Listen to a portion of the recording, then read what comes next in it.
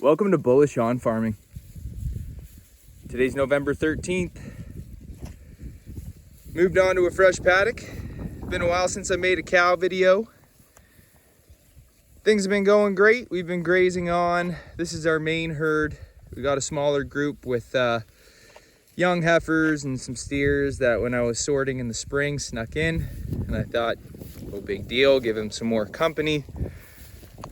We did not wean calves last year, or I should say, I did not interfere in weaning. This year is going to be a bit different. We got a bigger group, and we learned some things from last year, which will just make things a bit easier on us this year. So we'll talk about heading into winter. Those of you who followed this channel know that we like keeping the animals on the land as many days out of the year as possible. Our hogs are still on pasture. Our cows have been grazing ever since the last week of April. We run around 3.25 acres per cow, which allows us to rest fields with enough time to recover so that we can graze in dormant seasons. So I think when we left this field, it was August. And that's okay for November. But usually if we want to be grazing in December, and if winters allows us through January, which last year it absolutely did not. December 1st, we got right winter, and it was, it stayed strong. Snow came so fast, the ground didn't even have a chance to freeze. It just got insulated by the amount of snow we got. And I haven't ever seen a winter like that, to be honest. So let's talk about grazing. You take a look at the grass. It's nice and vibrant, as vibrant as it can be in November. If we were off in August, that means September, October. We've had at least 60 days. It could be up to 75. I'd have to check the book when we left this field. But anyways, you can see the cows are munching right down. Conditioning's looking great on the girls.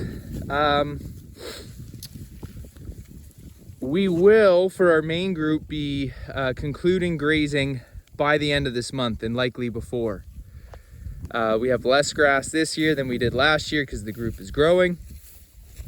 And you know, if snow shows up at this time of year, we just graze right through it. The ice and the packing snow can't establish itself enough to prevent the cows from grazing. And I find when you graze into the snowfall, you keep the instinctual reaction of the animals, which allows them to just put two and two together, which is pretty much, oh, I've been grazing all year, I will continue grazing. I find that when you unplug your animals because you're anticipating snow, you take them off the land, you feed them hay. If there's snow on the ground, you put them back out, they look at you and say, what are we doing here? They've been taken out of the foraging rhythm, and so they'll figure it out and they'll start grazing soon enough. But again, we found that with proper rested grass, we don't need to unplug our animals until conditions get quite extreme. And oftentimes I do think about, you know, down south in the States, even South America, how it would be great to work with that type of environment and, you know, implement a year-round grazing strategy from our experience doing it in a place where we have 4 seasons that are quite distinct, you know, a distinctive winter. People who don't have a distinctive winter where it just gets cooler, I can't help but feel that you could stockpile grass quite easily. And, well, you know, you need enough acreage, and that all comes down to your management. And we got that wet snow dropping now. I actually have the water out to the tub, the water lines. I have a short run that goes down to that red barn there where our frost-free hydrant is. And it's actually a downslope. So in the evenings, if it goes below 0, I can actually just unhook the hose and it drains itself, which makes it nice and easy. And that's why we kind of plan our rotation to be on this side of the farm. We also do have a swamp over there, which we can use for water. It's not a stagnant swamp. I shouldn't really say swamp, it's wetlands. And it's actually running water that runs right through the property in a creek all the way back where we actually have a lake that our property backs onto. This girl was a first-time heifer this year. She did great. She's a smaller cow, but she performs excellent in the type of program we have. This is a low line Angus, and these cows are just stellar on a 100% grass-fed, regenerative, rotational grazing style farm. And so they're perfect for our program. It's just taken me time to really want to lean into those genetics because, you know, I have something for smaller cows. For me, are a harder thing to come to. I know everything on paper makes sense, and actually their beef marbles quite well when it's grass finished because they can finish easier with a smaller frame. But I've always run larger cattle. So, you know, as the years go on, I get closer and closer to that. I'm looking at this guy because he's actually, and we've shown him in previous videos, he's got the white face. His mom was a Hereford, and he was sired by a low-line Angus bull. And this guy's a perfect size. Okay, he was last year's calf. He's always been fat. He always will be fat. And I guarantee he's going to finish fat. But anyways, so things are going good here. How we're heading into winter is we do have the same winter field we had last year, which has a large pond, which is our natural water source. What we're going to do differently this year is because we have more animals. Once I wean calves, and that's going to be, you know, at the end of this month or next month. Once that happens, they're going to go all into a stalker group, and they're going to assume grazing through December as much as possible. And then the mothers are going to go on hay, and the mothers are going to go to our winter field, which is past that bush line over there, which has the pond. And instead of actually drinking from the pond, you know, we may start doing that. But eventually, I think I'm going to bring out a large water trough and start pumping water into it.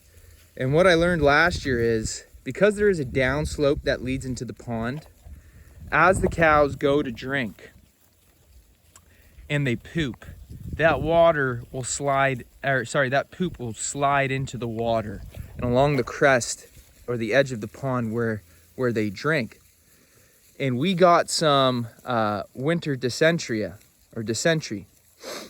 Essentially, the stomach infection that gives them the runs and difficult to keep on condition. We had that run through 2 of our cows last year. And who knows, you know, a mild form could have run through the group, but there were 2 girls who got it worse off. And they lost condition. One still had a calf, the other one lost its calf. But after that, you know, I thought, well, we should really do something about that water situation because I can, and it would just be a lazy thing not to. So we're gonna, I think, you know, it's okay for the first month, I'm sure, but and maybe even the second. But, you know, if we're gonna do it, we might as well start it sooner rather than later for hygienic purposes. And so that's not too difficult. You just get a trash pump, you know, throw it into the water or the intake hose, and then, you know, you just pump it out to a large trough, and it's got to be large enough to accommodate the group. And in my experience, I've actually done that with 200 head. Mind you, they were grazing cover crop, which had a lot of moisture in it because we had like radish, turnips in the mix. But anyways, they do consume a lot less water in the winter because there's a lot of moisture. They'll lick snow, you know, they're eating hay. There's sometimes small puddles in the field. But anyways, reliable water is always a good thing. So that's something that we're going to be doing different. And the reason why we're going to keep our stalkers grazing through is because they're a young stock that are still developing rumen efficacy, technically. And the young calves that have been born this year only know grass. They haven't eaten hay. You know, we calved out in May. We've been grazing ever since. And so their rumen efficacy is going to be optimal because all they know is their natural diet, which is what they evolved on over millennia, turning vegetation rooted in soil into energy and weight gain. And so we want to keep that as long as possible because we want to grow out hardy stock that's accustomed to a forage-based lifestyle. And, you know, if your animals start out that way in the first year, you're setting the tone for the rest of their life. And if you're talking about hardy animals that you want to finish off, that are healthy and self-preserving and take care of themselves in many ways, then that's what we found through experience is the most effective way to do that. Not to mention you're saving on feed because winter feed costs is the most expensive part of any operation. And so it's efficient, it's effective. You know, if we're gonna choose a group to be grazing and choose a group to go on hay, and the mothers who have a higher intake demand, we're gonna put them on hay. They've done good work for us throughout the season. We're gonna make sure that they're gonna be nice and settled in their area heading through the winter. And the young stock who has a lower caloric demand, I found that on poorer forage, younger animals can do quite well.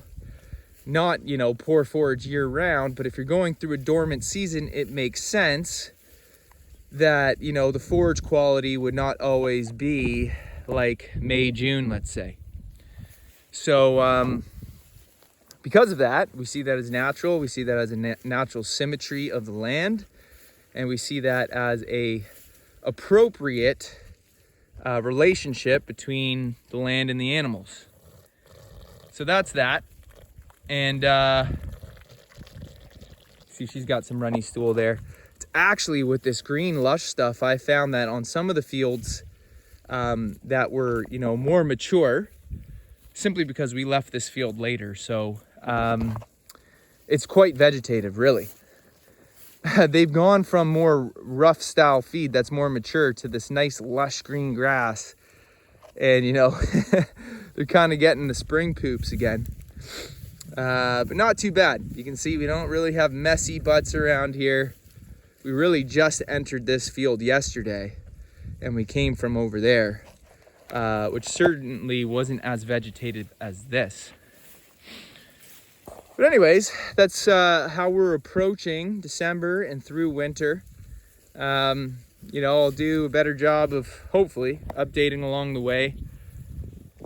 Sometimes I just like not using my phone. And I don't know, I just like getting in the groove of, you know, just living in the now and not holding my arm up for 10 minutes and talking about things. But I know that there's tremendous value for this and we love sharing. But yeah, to each their own, right? So anyways, folks, I'm going to cap it off here. I'd like to say thanks for stopping by and God bless y'all. See you on the next one.